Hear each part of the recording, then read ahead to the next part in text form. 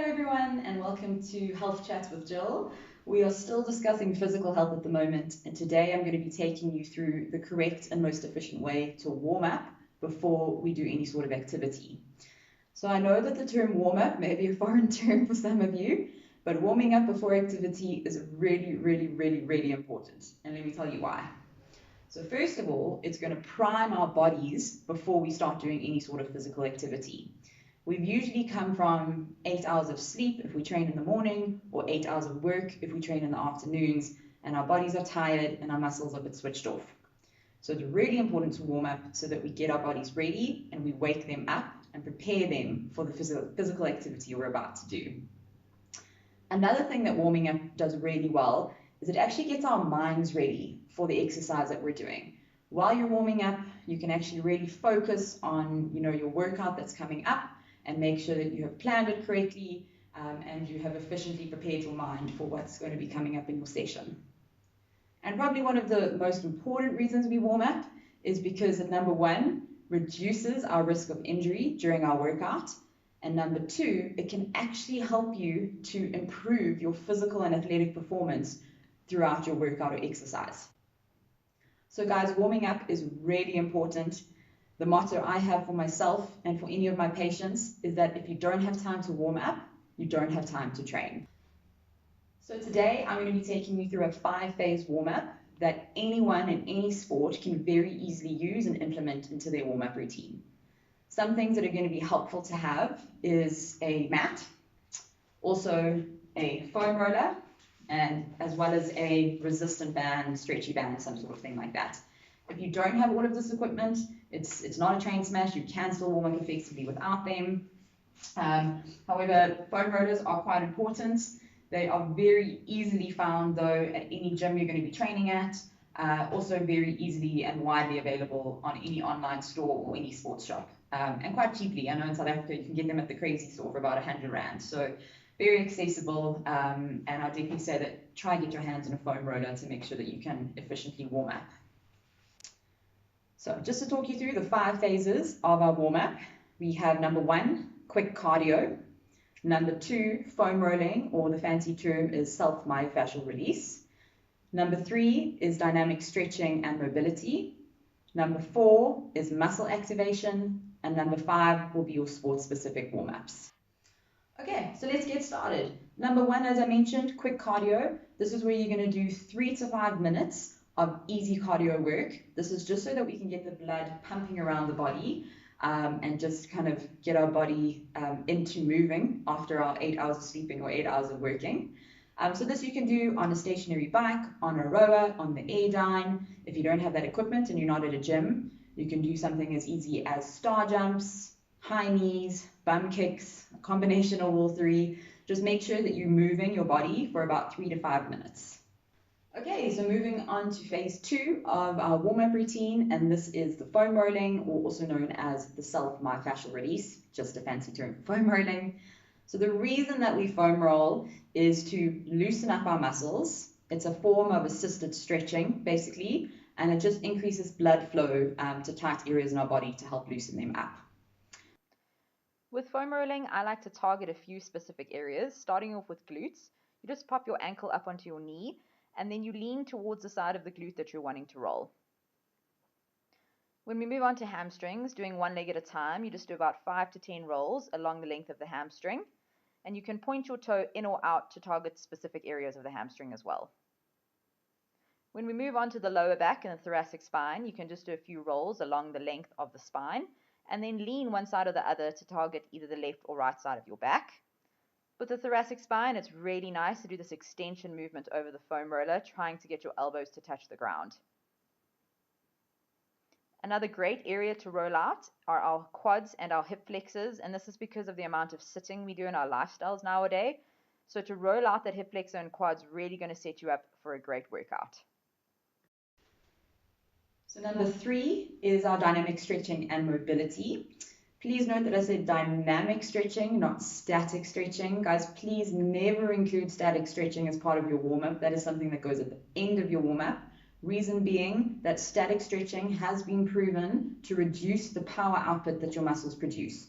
So make sure never include static stretching in the beginning. It always goes at the end. This phase is all about dynamic movement and mobility. The reason we do this is to stretch our muscles through movement. We're going to loosen up some tight joints, and we're going to just improve our body's overall movement. So I'm going to take you through a couple of moves here, guys. It would be great if in your warm-up you could do all of them. If you are not able to do that or you don't have the time, just make sure you then pick and choose certain ones that are the most relevant to you and what's going on with your body and the sport that you're participating in. Okay, so our first dynamic stretch is called the pretzel stretch, and it's a really nice one for your lower back and your thoracic spine. So you're just going to lie down onto your backs, and starting on either side that you want, you're just going to pull your opposite leg across your body. And what's going to be involved in this stretch is that you're going to be going from a stacked shoulder position and then opening yourself up, trying to flatten your opposite shoulder onto the ground while keeping this knee as close to the floor as possible.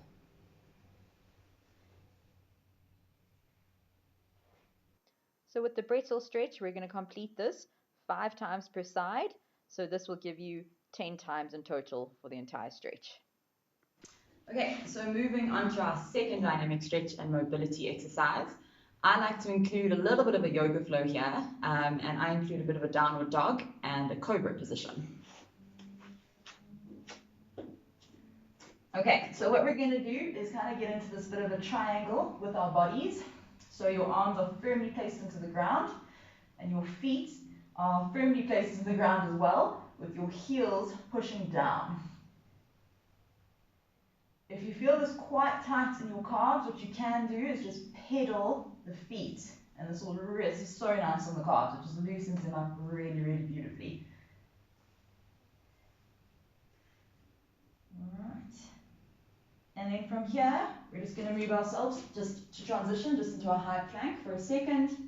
And then we're just going to drop down into a nice cobra pose. What we're focusing on here is really trying to push the hips down towards the floor and pushing up through our arms and keeping our shoulders back and down. You're going to complete this downward dog cobra yoga flow for about 10 repetitions. Okay, moving on to our next mobility stretch, and this is for our hip flexors. So we're just going to get into a proposal stance. We're going to have our knee stacked on top of our ankle, and what we're going to do is tuck our pelvis under, and then we're going to slowly lean forward, feeling that stretch through the leg, and come back up. And lean forward, and come back up. Complete this dynamic stretch 5 to 10 times per side. Okay, so our next stretch is the lizard stretch with the reach. So what we're going to do is get ourselves into a nice low lunge, again with knee stacked over ankle. And here what you're going to always remember is that the knee that is up, that is the side we're rotating to. So you're going to take your elbow down to your foot, and then you're going to rotate all the way around, opening up your shoulders and your back and your glute. And you guessed it, you're going to be repeating this stretch 5 times per side. Moving on to hamstring mobility, this is the walking hamstring stretch. So what you're going to do is flex your foot up towards the ceiling and then scooping your hands down towards your foot, all while keeping your knees straight.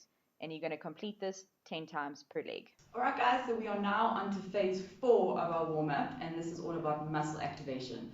So this is just about getting our muscles turned on and ready for the exercise we're going to do. It's also a really good way to turn on our nervous system so that when we start exercising, our brain, our spinal cord, all our nerves are going to actually speak and communicate with our muscles and our joints effectively. Alright, so the first area that we're going to focus on in muscle activation is our core. A lot of people mistakenly think that the core is just our abs, but the core is actually this entire area that surrounds your trunk. So it is your abs, but it's also your transverse abs, it's also your lower back, it's also your pelvic floor.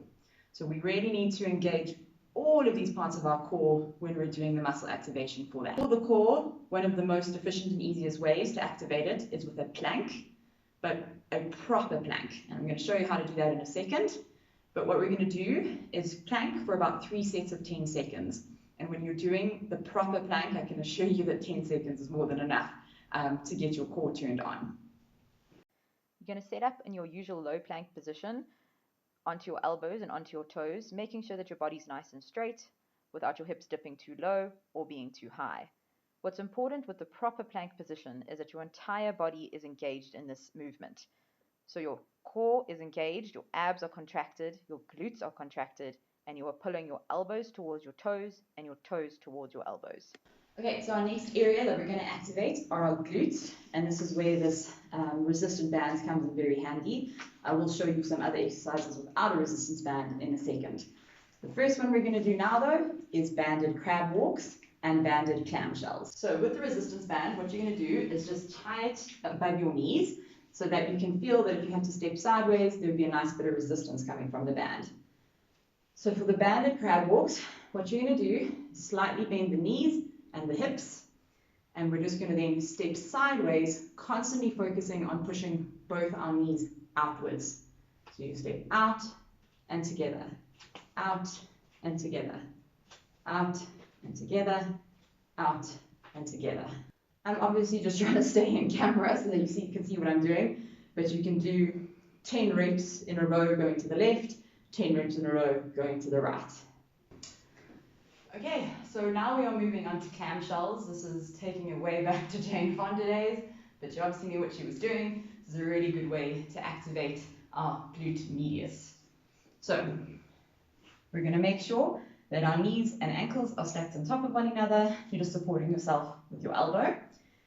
And what we're going to do, keeping our ankles together, you're going to lift up the knee, really making sure you're squeezing through this glute and slowly bringing it down. And lift and down. Lift. These are glute activations you can do without a band. This is the donkey kick, so going onto all fours, keeping your knee bent, and then lifting the leg up towards the ceiling. You're going to squeeze at the top for a second before bringing the leg down. Repeat on both sides for about 5 to 10 reps or until you feel that glute firing up. Moving on to the fire hydrants, you're going to stay in the same position, but now what you do is just lift your leg up towards the side so you really fire up that glute medius. And again, repeating this both sides 5 to 10 times per leg. So for the lat and shoulder activation, we're going to do a slow descending push-up. You start yourself off in a nice strong high plank position and then take 3 to 5 seconds to descend down towards the ground. And then as powerfully and explosively as you can, you're going to push yourself back up. And you can repeat this movement about 5 to 10 times or until you feel the shoulders and lats fired up. So also included into the muscle activation phase of the warm-up may be certain exercises that you need to do because of previous injuries that you've had and you've now been given rehab exercises to do. This can involve your shoulders and rotator cuff. I know a lot of people need to do resistance band exercises to activate specific parts of the rotator cuff. But whatever else you think you need to specifically activate, include it in this phase. All right, guys, and then finally onto phase 5 of our warm-up protocol. This is going to be the sport-specific part of your warm-up. So depending on what you are taking part in that day, you might have specific skills or techniques that you have to warm up for your session. For example, when we do weightlifting, our coach has a specific bar warm-up he likes us to do for the snatch or the clean and jerk. So for whatever your specific sport is, you just might have something that you need to specifically warm up. So this is where you would then include it in this phase. Thank you so much for joining me today. I really hope that you enjoyed that and that it helped someone out there to learn and understand the correct way to warm up before exercise. If you did like my video, please click on that thumbs up button. And if you'd like to see more, then please click on the subscribe button and you can join me on my journey as I am discussing everything health, and that's physical, mental, chemical. So remember to empower yourselves to embrace your health, and I will see you guys in the next video. Bye.